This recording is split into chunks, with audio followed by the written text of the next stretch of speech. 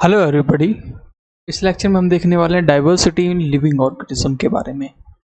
तो जितने भी लिविंग ऑर्गेनिज्म है, देखो प्लांट और एनिमल दो तरीके के लिविंग ऑर्गेनिज्म हम देखते हैं अपने चारों तरफ। तो हम सबसे पहले देखते हैं कि इनको मतलब बांटने की ज़रूरत क्या पड़ी, किस लिए हमने इनको अलग अलग कैटेगरीज में डिवाइड किया है। तो जितने भी एनिमल्स हैं हमारे अर्थ पे वो 1.2 मिलियन नॉन स्पीसीज हैं एनिमल्स की, ठीक है। और आप मतलब बोल सकते हो कि जो प्लांट्स हैं उनकी 320,000 स्पीसीज प्लांट की आपको देखने को मिलती है।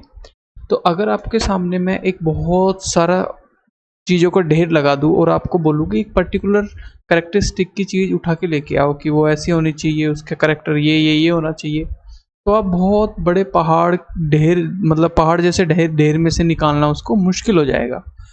तो उस चीज़ को अगर आपको ढूंढना है तो आपको उसको रैक में रखना होगा, आपको उसको वेल ऑर्गेनाइज रखना होगा, राइट। अगर आपने किसी चीज़ को वेल ऑर्गेनाइज रखा है तो आप सीधा जाओगे, जैसे हम लाइब्रेरी में जाते हैं तो हिस्ट्री की बुक या फिर एसएसटी की बुक या फिर स्टोरी नॉवल ये एक पर्टिकुलर रैक में रखी होती हैं।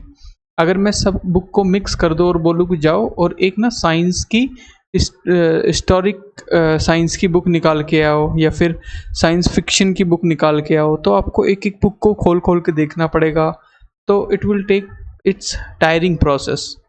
तो इसी तरीके से हमारे एनिमल और प्लांट को एक रैक में फिक्स कर दिया गया कि ये पर्टिकुलर एनिमल इस करेक्टर का है, इस स्पेसीज का है। तो उस रैक को उसको बोला गया टेक्सोनॉमी। टेक्सोनॉमी का मतलब समझो, देखो ध्यान से। फॉर एग्जाम्पल मैं आपको एग्जाम्पल से समझाऊं, हम लोग जो है ना, हम लोग वो होमोसेपियंस हैं। क्या है हम लोग? होमोसेपियंस, हमारी स्पीसीज है होमोसेपियंस, ठीक है। लेकिन हम किस किंगडम से आते हैं? तो हम एनिमल किंगडम से आते हैं। आप बोलोगे ये किंगडम क्या है, ये स्पीसीज क्या है? देखो, किंगडम के अंदर फाइलम होता है, फाइलम के अंदर क्लास होता है, क्लास के अंदर ऑर्डर होता है, ऑर्डर के अंदर फैमिली होता है, फैमिली के अंदर जीनस होता है, जीनस के अंदर स्पीसीज होती है। तो ये किंगडम से बात शुरू होती है। तो ये किंगडम को किसने डिवाइड किया भाई? कौन था ये जिन्होंने जितने भी लिविंग ऑर्गेनिज्म है उनको किंगडम्स में डिवाइड किया? तो हमारे पास में एक साइंटिस्ट थे, उनका नाम था R.H. व्हीटेकर। उन्होंने 5 किंगडम में मतलब बड़े बड़े 5 कमरों में या बड़े बड़े 5 रैक में पूरे लिविंग ऑर्गेनिजम्स को जमा दिया। उन 5 ऑर्गेनिजम्स का नाम था, सबसे पहले उन्होंने जमाया यहाँ पे आपका ऑर्गेनिज्म का पहला prokaryotic. What is the meaning of prokaryotic? Prokaryotic शब्द का मतलब क्या है? देखो, प्रोकैरियोटिक का मतलब है कि जो भी लिविंग ऑर्गेनिज्म प्रोकैरियोटिक सेल से बना हुआ था। प्रोकैरियोटिक सेल वो सेल होती है जिसकी सेल वॉल प्रेजेंट नहीं होती है। हमारे अंदर यूकैरियोटिक सेल है जिसके अंदर सेल न्यूक्लियस के अंदर मतलब न्यूक्लियस एक सेल वॉल में मतलब कि न्यूक्लियस जो है वो बॉन्डेड रहता है, ठीक है।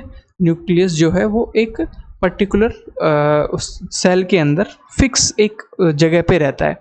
लेकिन जो प्रोकैरियोटिक होती है वो बोल सकते हो कि प्रॉपरली वेल इवॉल्व्ड सेल नहीं होती है। तो ये जो होती है प्रोकैरियोटिक, ये एक वेल इवॉल्व सेल नहीं है। तो ऐसे जितने भी एनिमल्स होते हैं उनको हम क्या बोलते हैं? मोनेरा। एक रैक का नाम दे दिया, मोनेरा में रख दिया गया, राइट। उसके बाद में आती है आपका यूकैरियोटिक। यूकैरियोटिक ऐसी सेल जो well developed well evolve cell है जिनके अंदर जो न्यूक्लियस होता है वो वेल डिफाइंड न्यूक्लियस होता है, फैला नहीं होता है, एक जगह पे होता है और न्यूक्लियस फ्लूइड के अंदर फिट रहता है। अब ये जो होता है यूकैरियोटिक, ये भी 2 तरीके के होते हैं। एक यूनिसेल्युलर होता है और एक मल्टी सेल्युलर होता है। देखो, यूनिसेल्युलर का मतलब है कि सिर्फ एक ही सेल से बना हुआ है, उनको बोल दिया गया प्रोटिस्टा, ठीक है। ये भी एक रैक का नाम है। जितने भी येलो कलर से मैंने हाईलाइट किए हुए सब रैक के नाम है। अब मल्टी सेल्युलर यूकैरियोटिक, देखो यूकैरियोटिक भी है और मल्टी सेल्युलर भी है। तो इसमें जो नाम आता है उसमें भी फिर 2 करेक्टर होती है कि विद सेल वॉल और विदाउट सेल वॉल। मतलब सेल वॉल के साथ जितने भी होते हैं उनको 2 पार्ट में बांट दिया गया। विद सेल वॉल वाले को कि ये फोटोसिंथेसिस करता है या फिर फोटोसिंथेसिस नहीं करता है। अगर फोटोसिंथेसिस करता है तो उसको प्लांटे मतलब प्लांट की कैटेगरी में रख दिया गया। अगर फोटोसिंथेसिस नहीं करता है तो उसको फंगस बोल दिया गया। जितनी भी हम फंगस देखते हैं वो होती तो प्लांट है लेकिन वो फोटोसिंथेसिस नहीं करती है, बस ऐसा मान लो। सेल वॉल उनके ऊपर भी प्रेजेंट होती है। अब बात करते हैं कि हमारा जो विदाउट सेल वॉल है उसको एनिमिलिया, मतलब हम लोगों को इस रैक में डाल दिया गया। तो ये 5 किंगडम है, मोरेरा, प्रोटेस्टा, प्लांटे और एनिमिलिया। तो इस तरीके से आर.एच. व्हिटेकर ने हमें 1969 में डिवाइड किया। अब यहाँ पे और चीज़ देखने की है कि जो प्रोकैरियोटिक होते हैं वो हम देख लो, मोटा मोटा बैक्टीरिया आपके प्रोकैरियोटिक में आ जाते हैं, लेकिन आपके सिलेबस में बेसिकली एनिमिलिया और प्लांटे है। तो हम एनिमिलिया और प्लांटे को अच्छे से पढ़ने वाले हैं। तो पहले हम प्लांटे पढ़ेंगे कि प्लांटे जो है, प्लांट्स जो हैं उनको किस तरीके से डिवाइड किया हुआ है। तो यहाँ पे हम देखते हैं कि जो प्लांट है वो एक किंगडम है, किंगडम के अंदर आप जाते हैं धीरे धीरे तो चीज़ें निकल के आती हैं। तो सबसे पहले जो इस दुनिया में प्लांट आया होगा उसका नाम दे दिया गया थैलोफाइटा। देखो थैलोफाइटा की क्या क्या कैरेक्टरिस्टिक्स होती हैं। बॉडी नॉट डिफ्रेंशिएटेड, मतलब जो बॉडी होती है थैलोफाइटा की वो डिफ्रेंशिएट नहीं की हुई होती है रूट में, स्टेम में, लीफ में, ठीक है। अब देखो थैलो मतलब थाइलस, थाइलस शब्द से बना है। थाइलस वर्ड का ही मतलब है कि ऐसा प्लांट जिसकी ना डिफाइन ना हो, वेल डिफाइंड बॉडी ना हो। तो जो सबसे पहली, सीधी सी बात है, जो सबसे पहले आया होगा वो वेल इवॉल्व तो होगा ही नहीं ना, वो तो वेल इवॉल्व हो ही नहीं सकता, तो उसको थैलोफाइटा बोलते हैं। उसके बाद थोड़ा इवॉल्व हुआ, फिर आया ब्रायोफाइटा। देखो ब्रायोफाइटा के अंदर नॉन थाइलस बॉडी होती है, मतलब हम चीज़ों को थोड़ा डिफ्रेंशिएट करने लगे कि ये प्लांट का रूट है, ये प्लांट का स्टेम है, ये पत्ता है, इसलिए करने लग गए। जाइलम, फ्लोएम लेकिन अभी भी नहीं मिल रहे थे, नॉट प्रेजेंट। अब जो थैलोफाइटा था ना, उसका एग्जाम्पल अगर आपको याद रखना है तो स्पायरोगायरा और चारा, बस ऐसे याद रखो। अब ब्रायोफाइटा के अंदर एग्जाम्पल याद रखना है तो रीसिया और मॉस। मॉस सबसे फेमस एग्जाम्पल आपका ब्रायोफाइटा का। उसके बाद और इवॉल्व हुआ, और चीज़ें इवॉल्व हुई, फिर आया टेरिडोफाइटा। देखो टेरिडोफाइटा ब्रायोफाइटा से तो इवॉल्व था, तो यहाँ पे जाइलम और फ्लोएम प्रेजेंट होने लग गए। यहाँ पे जाइलम और फ्लोएम प्रेजेंट थे। इसका एग्जाम्पल होता है फर्न, FERN, ठीक है, ये ऐसा कुछ दिखाई देता है। क्लियर हो गई बात। अब और ज़्यादा इवोल्यूशन हुआ, फिर आता है जिम्नोस्पर्म। अब देखो जिम्नोस्पर्म जो है उसके अंदर जाइलम फ्लोएम भी होता है, लेकिन इसके जो सीड होते हैं वो नेक्ड होते हैं। नेक्ड सीड का मतलब क्या है, फ्रूट के बाहर आते हैं। इसका एग्जाम्पल क्या होगा, सुपारी का जो प्लांट होता है वो कुछ ऐसा दिखाई देता है, इसके जो बीज होते हैं ना वो बाहर की तरफ आते हैं। तो याद रखना है साइकस या सुपारी, ये एक एग्जाम्पल है किसका, जिम्नोस्पर्म का। देखो इसको याद कैसे करोगे, जिम्नोस्पर्म, जिम जाते हो तो क्या करते हो, कपड़े खोलते हो। इसी तरीके से जो जिम्नोस्पर्म में आता है वो अपने जो सीड हैं उनको नंगा रखता है, ओपन रखता है। इस तरीके से याद करो ट्रिक से। फिर उसके बाद आता है एंजियोस्पर्म। एंजियोस्पर्म में जाइलम भी प्रेजेंट होगा, फ्लोएम भी प्रेजेंट होगा, सीड जो होगा वो फ्रूट के अंदर कवर्ड होगा, जो कि आपका मैंगो वैंगो में हम देखने को मिलता है, ठीक है। तो ये प्लांटे था। क्लियर हो गई बात। अब हम थोड़ी सी डिटेल में बात करेंगे एंजियोस्पर्म की। देखो एंजियोस्पर्म 2 तरीके से होते हैं। एंजियोस्पर्म मतलब जैसे सारे के सारे ट्री आप देखते हो, मैंगो, एप्पल, सारे। अब जो एंजियोस्पर्म होते हैं वो मोनोकोट होते हैं। मोनोकोट मतलब जिसका जो सीड है ना वो 2 टुकड़ों में ना टूटे। ऐसे आपने गेहूँ देखा, गेहूँ 2 टुकड़ों में नहीं टूटता है, और आपने चना देखा होगा 2 टुकड़ों में टूट जाता है। तो आपने देखा होगा कि मैं किसी भी प्लांट को देख लूँ, अगर मैं किसी प्लांट के पत्ते को देख लूँ और मैं पूछूं कि ये प्लांट का पत्ता है, लीफ है, और बताओ इसका जो बीज आएगा वो कैसा होगा, मोनोकोट होगा या फिर डाइकोट होगा। तो अगर आपके पत्ते में, लीफ में ऐसे पैरेलल वेनिएशन है, ऐसे लंबी लंबी लाइनें हैं, तो हम बोल सकते हैं कि इसका जो बीज होगा वो मोनोकोट होगा, लंबी लंबी लाइनें हैं तो। या फिर उसकी जड़ों को देखोगे, अगर उसकी जड़ें फाइबर में हैं, फाइबर रूट्स हैं, तो हम बोल सकते हैं कि ये एक मोनोकोट होगा। डाइकोट को कैसे पहचानेंगे, डाइकोट का मतलब होता है 2 टुकड़ों में टूट जाए, जैसे चना टूटता है वैसे 2 टुकड़ों में टूट जाए। तो इसको पहचानने का बहुत सिंपल है। अगर आपकी रेटिकुलेट जो वेनिएशन है, मतलब एक बीच से गहरी लाइन और उस लाइन से जुड़े हुए इस तरीके से लाइनें निकल रही हो, अगर इस तरीके का पत्ता है ना किसी का भी, तो वो जो बीज आएगा उस प्लांट में वो डाइकोट होने वाला है। या फिर बोल दो कि जो जड़ है वो आपकी टैप रूट है। टैप रूट का मतलब एक सीधी रूट जा रही है, उससे इस तरीके से रूट्स निकल रही है, इसको बोलते हैं टैप रूट। और ये होती है फाइबर रूट, इस तरीके से फाइबर्स की फॉर्म में निकलना, ठीक है। तो मोनोकोट और डाइकोट क्या है, एंजियोस्पर्म के टाइप है। और कैसे हम डिसाइड करेंगे कि कोई भी प्लांट मोनोकोट होने वाला है या डाइकोट होने वाला है, I already told you. Now we are going to discuss about the Animalia. Animalia मतलब हमारे बारे में डिस्कस करने वाले हैं हम। अब देखो एनिमल्स मैंने बताया कितने मिलियन टाइप के होते हैं, तो हम एनिमिलिया किंगडम को डिस्क्राइब करने से पहले कुछ टर्म्स देख लेते हैं। उन टर्म्स के आधार पे हम एनिमिलिया को डिस्क्राइब करेंगे। तो पहला टर्म होता है बॉडी सिमेट्री। देखो दो तरीके की बेसिक बॉडी सिमेट्री होती है। पहली होती है आपकी बाइलेटरल। बाइलेटरल मतलब अगर मैं बीच से काटूँ ना, अगर जैसे मक्खी को मैंने बीच से काटा या आपको बीच से काटा, तो आपका जो लेफ्ट वाला पार्ट है वो राइट वाले पार्ट के इक्वल होगा। इसको बोल देंगे बाइलेटरल। आपकी बॉडी कैसी है? बाइलेटरल। लेकिन अगर स्टार फिश जो है उसको मैं कहीं से भी काटूँ, एड़ा मेड़ा टेढ़ा, तो कहीं से भी काटने पे वो सेम आ रहा है, बीच से काटने पे नहीं, कहीं से भी काटने पे, तो उसको बोलते हैं रेडियल बॉडी सिमेट्री। क्या बोलेंगे उसको? Radial body symmetry. उसके बाद आती है दूसरी जो टर्म होती है जिसके बेसिस पे हम एनिमिलिया को डिवाइड करने वाले हैं, वो आता है आपका जर्म लेयर। देखो जर्म लेयर का मतलब होता है कि आपकी बॉडी के अंदर जो लेयर्स हैं वो कितने हैं? 1 2 3, 3 हैं, 2 हैं। अगर 2 हैं तो आपको बोलेंगे डिप्लोब्लास्ट, 3 है तो बोलेंगे ट्रिप्लोब्लास्ट। बस इतनी सी बात है। अब उसके बाद सेलोमेट। देखो सेलोम का मतलब क्या होता है? सेलोम का मतलब है cavity where fluid is filled, मतलब एक ऐसी जगह, खाली जगह जिसमें फ्लूइड भरा हुआ है और उस फ्लूइड में आपके बॉडी ऑर्गन्स प्रेजेंट है। अगर आपके अंदर कैविटी नहीं है तो आपको बोलेंगे एसेलोमेट। अगर आपके अंदर कैविटी है तो आपको बोलेंगे सेलोमेट। अगर आपके अंदर कैविटी है लेकिन नकली है, फेक है, तो आपको बोलेंगे सूडोसेलोमेट। सेलोमेट तो है लेकिन सूडोसेलोमेट है। नेक्स्ट हम बात करेंगे सेगमेंटेशन। सेगमेंटेशन, बॉडी की सेगमेंटेशन का मतलब है अगर इस तरीके से आपकी बॉडी के अंदर सेगमेंट है तो सेगमेंटेशन इज प्रेजेंट, अगर नहीं है तो सेगमेंटेशन इज एब्सेंट। क्लियर? तो सेलोमेट याद रखना क्या होता है? कैविटी, जगह जिसमें फ्लूइड भरा हुआ और बॉडी ऑर्गन प्रेजेंट होते हैं। उसके बाद एक्सोस्केलेटन, एंडोस्केलेटन। देखो एक्सो मतलब बाहर।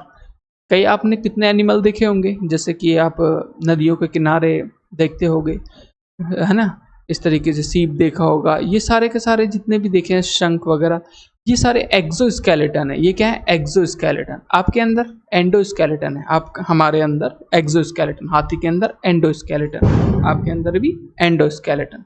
लेकिन जिसकी बॉडी के बाहर स्केलेटन होता है उसको बोलते हैं एक्सोस्केलेटन। क्लियर? अब हम एनिमिलिया के टाइप्स की बात कर लेते हैं। एनिमिलिया को डिवाइड किया हुआ है। एनिमिलिया एक किंगडम है, उसके अंदर ये सारे फाइलम्स हैं। पहला है आपका पोरीफेरा। देखो मैंने अरेंज किया हुआ है इवोल्यूशन के हिसाब से। तो पोरीफेरा मतलब जो दुनिया में पहला एनिमल आया होगा ना, पहला इवोल्यूशन में सबसे पहला जो आया होगा वो पोरीफेरा के कैरेक्टरिस्टिक्स रखता होगा। इसका मतलब क्या है? इसका मतलब है कि इसकी जो बॉडी है वो सेलुलर लेवल की बॉडी होगी, पोरस बॉडी होगी। पोरस मतलब इसमें छेद होंगे, और उसके साथ में इसमें एक्सोस्केलेटन होगा, मतलब बॉडी के बाहर हड्डियां होंगी, मतलब बाहर स्केलेटन होगा। इसका एग्जाम्पल बात करूँ तो स्पॉन्जिला, साइकोन, ये एग्जाम्पल है। तो Porifera is first living organism on the earth. ठीक है? उसके बाद इवोल्यूशन हुआ, फिर पोरीफेरा से क्या आया आपका? कॉलनट्रेटा।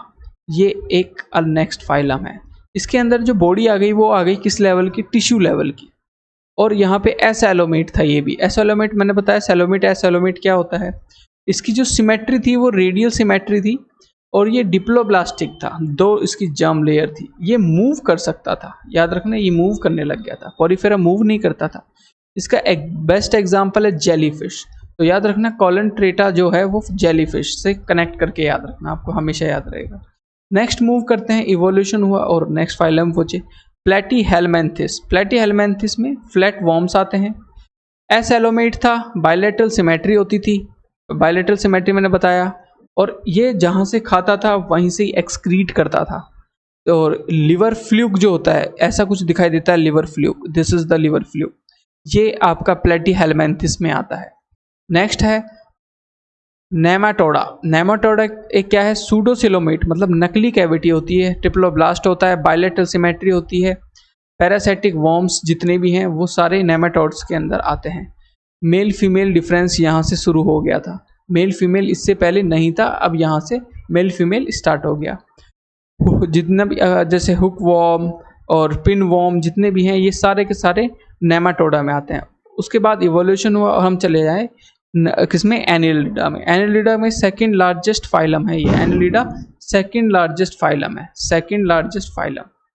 इसके अंदर सेलोमेट प्रेजेंट होता है, बायलेटर होता है, टिप्लोब्लास्ट होता है, सेगमेंटेशन पाई जाती है, मतलब जो बॉडी है वो इस तरीके से टुकड़ों में पाई जाती है। ठीक है, तो याद रखना एनिलिडा क्या होता है, सेकंड लार्जेस्ट फाइलम है ये। तो हम फाइलम में इंक्रीज हो रहे हैं, किंगडम के अंदर फाइलम आता है, ऑलरेडी टोल्ड यू। उसके बाद में हम चलते हैं यहाँ पे किसके बाद में, एनिलिडा के बाद में आर्थ्रोपोडा। ये जॉइंट लेग पाए जाते हैं, देखो इस तरीके से जो लेग हैं वो इस तरीके से पाए जाते हैं। जितने स्कॉर्पियो आप देखते हो वो इसके अंदर आता है, प्रॉन्स इसके अंदर आते हैं आर्थ्रोपोडा में। लार्जेस्ट फाइलम है, मतलब अगर कोई पूछे कि सबसे ज़्यादा एनिमल्स कौन से फाइलम में पाए जाते हैं तो आर्थ्रोपोडा में। जितने भी कीड़े मकोड़े आप देखते हो ना, कॉकरोच वॉकरोच, ये सारे के सारे आर्थ्रोपोडा में आते हैं। कीड़ो मकोड़ा आर्थ्रोपोडा, ऐसे याद रखो।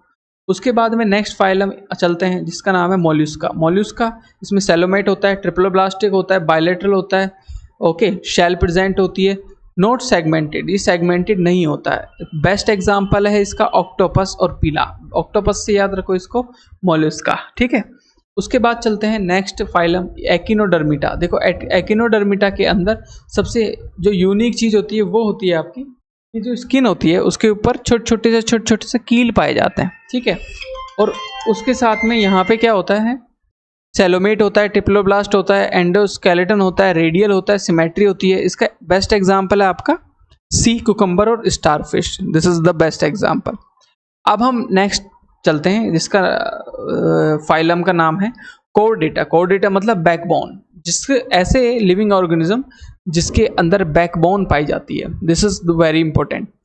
तो यहाँ पे प्रोकॉर्डेट होता है और वर्टिब्रेटा होता है। देखो हम लोग जो है वो वर्टिब्रेट्स के अंदर आते हैं क्योंकि हमारी भी बैकबोन है, लेकिन दो तरीके के बैकबोन वाले एनिमल्स पाए जाते हैं।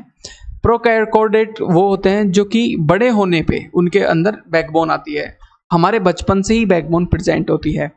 और ये मरीन, सबमरीन, मतलब आप बोल सकते हो मरीन मतलब बहुत ज़्यादा पानी वाली जगह पे, समुद्र में पाई जाती है। ये हर्डमेनिया करके एक एनिमल है जो बैकबोन रखता है, लेकिन बहुत बाद में लाइफ के एंड पे जाके इसके बैकबोन आती है। तो प्रोकॉर्डेट और वर्टिब्रेट। वर्टिब्रेट हम लोग जो हैं, हमारे क्या होता है, जैसे हम लोग हैं कुत्ते, बिल्ली, मछली, पक्षी जितने भी हो गए हैं ना, बर्ड्स, हार्ट मतलब दिल का चैम्बर आना स्टार्ट हो जाता है, 2 3 4 चैम्बर होते हैं, किडनी होती है और एक्सक्रीट करते हैं हम, जैसे कछुआ हो गया। ये सब चीज़ें क्या है, वर्टिब्रेट्स के अंदर, जिनके रीढ़ की हड्डी है। अभी तक बिना रीढ़ की हड्डी वाले आ रहे थे, कहाँ तक, एकिनोडर्मिटा तक। एकिनोडर्मिटा के बाद में यहाँ पे बैकबोन आना स्टार्ट हो गया, जिसमें प्रोकॉर्डेट आ गया और वर्टिब्रेट्स आ गए। और ये हर्डमेनिया इज द एग्जाम्पल जो कि प्रोकॉर्डेट का एग्जाम्पल है। अब हम पढ़ेंगे वर्टिब्रेट्स के बारे में। देखो वर्टिब्रेट के अंदर क्या क्या आता है, फिश आती है, एम्फेबियंस आते हैं, रेप्टीलिया आता है, पक्षी आते हैं जिसको एप्स बोलते हैं, और मैमीलिया जो कि हम हैं, मैमल्स। ठीक है, अब इनको डिवाइड कैसे किया हुआ है वर्टिब्रेट में। देखो आपको बताना है कि जो फिश है उसका रेस्पिरेटरी ऑर्गन क्या होता है, लंग्स होता है या गिल्स होते हैं। तो आपको पता है कि जो मछलियां हैं वो गिल्स से रेस्पिरेशन करती है, एम्फीबियन है वो भी गिल्स से करते हैं, लेकिन आपका रेप्टीलिया जो होता है ना वो आपका लंग्स से करता है, पक्षी भी लंग्स से करता है, और आप खुद लंग्स से रेस्पिरेशन करते हो। नंबर ऑफ चैम्बर कितने होते हैं, तो आपको बताना है कि नंबर ऑफ चैम्बर कितने प्रेजेंट होते हैं। देखो आपके जो ये हैं, जो आपका फिश है उसके अंदर नंबर ऑफ चैम्बर कितने होते हैं, मतलब मछली के अंदर चैम्बर कितने होते हैं दिल के, तो 2 होते हैं। एम्फीबियन मेंढक के अंदर कितने होते हैं भाई, 3 होते हैं। उसके साथ में अगर मैं बात करूँ आपका रेप्टीलिया, जैसे सांप वगैरह हो गया, उसके अंदर कितने चैम्बर होते हैं, उसके भी 3 होते हैं। लेकिन क्रोकोडाइल के अंदर रेप्टीलिया होने के बाद भी 4 होते हैं, एक एक्सेप्शन है। और जितने भी आपके पक्षी होते हैं उनके अंदर 4 होते हैं, और हमारे अंदर भी 4 होते हैं। ये चैम्बर हैं, दिल के चैम्बर। ब्लड कैसा होता है, 2 तरीके की ब्लड होते हैं, कोल्ड ब्लड और वार्म ब्लड। देखो हमारा वार्म ब्लड है, वार्म ब्लड मतलब हम ठंडे पानी में फेंक देंगे ना हमको कोई, तो हमारा ब्लड जो है ना अंदर का टेम्परेचर वो मेंटेन करके रखेगा। लेकिन जो फिश है वो कैसा है, वो आपका कोल्ड ब्लड है, और जो आपका मेंढक है वो भी कोल्ड ब्लडेड है, और जो आपका रेप्टिलिया है वो भी कोल्ड ब्लडेड है। लेकिन जो पक्षी है वो वार्म ब्लड है, और जो हम लोग हैं वो भी वार्म ब्लडेड है। अब बात करते हैं एक्सोस्केलेटन। देखो जितने फिश है ना उसके ऊपर एक्सोस्केलेटन की फॉर्म में क्या मिलता है, तो जो स्केल्स मतलब छोटी छोटी स्पाइक्स जो है ना वो मिलती है, स्केल्स मिलते हैं। मेंढक के ऊपर भी स्केल्स देखने को मिलते हैं, ठीक है। सांप के ऊपर भी स्केल्स देखने को मिल जाएंगे, लेकिन यहाँ पे पक्षी के ऊपर एक्सोस्केलेटन फेदर मिलेगा, और हमारे ऊपर तो हेयर मिलता ही है एज अ बाह्य मतलब बाहर का एक बचाव तंत्र बोल सकते हो। और जो फिश होती है वो ओविपोरस होती है, अंडे देती है, बच्चे देती है। तो हम यहाँ पे डिसाइड करेंगे इन चारों में, पांचों में, कि कौन ओविपोरस कौन विविपोरस। ओविपोरस वो जो अंडे देता है, विविपोरस वो जो बच्चे देता है। तो जितने भी ये फिश होती है वो ओविपोरस होती है, जो एम्फीबियन होता है वो भी ओविपोरस होता है, और रेप्टिलिया जो होता है वो भी ओविपोरस होता है, पक्षी जो होता है वो भी ओविपोरस होता है, और हम लोग जो हैं वो विविपोरस होते हैं, ठीक है। तो this was the complete chapter. If you have any doubt please let me know in the comment section. Thank you.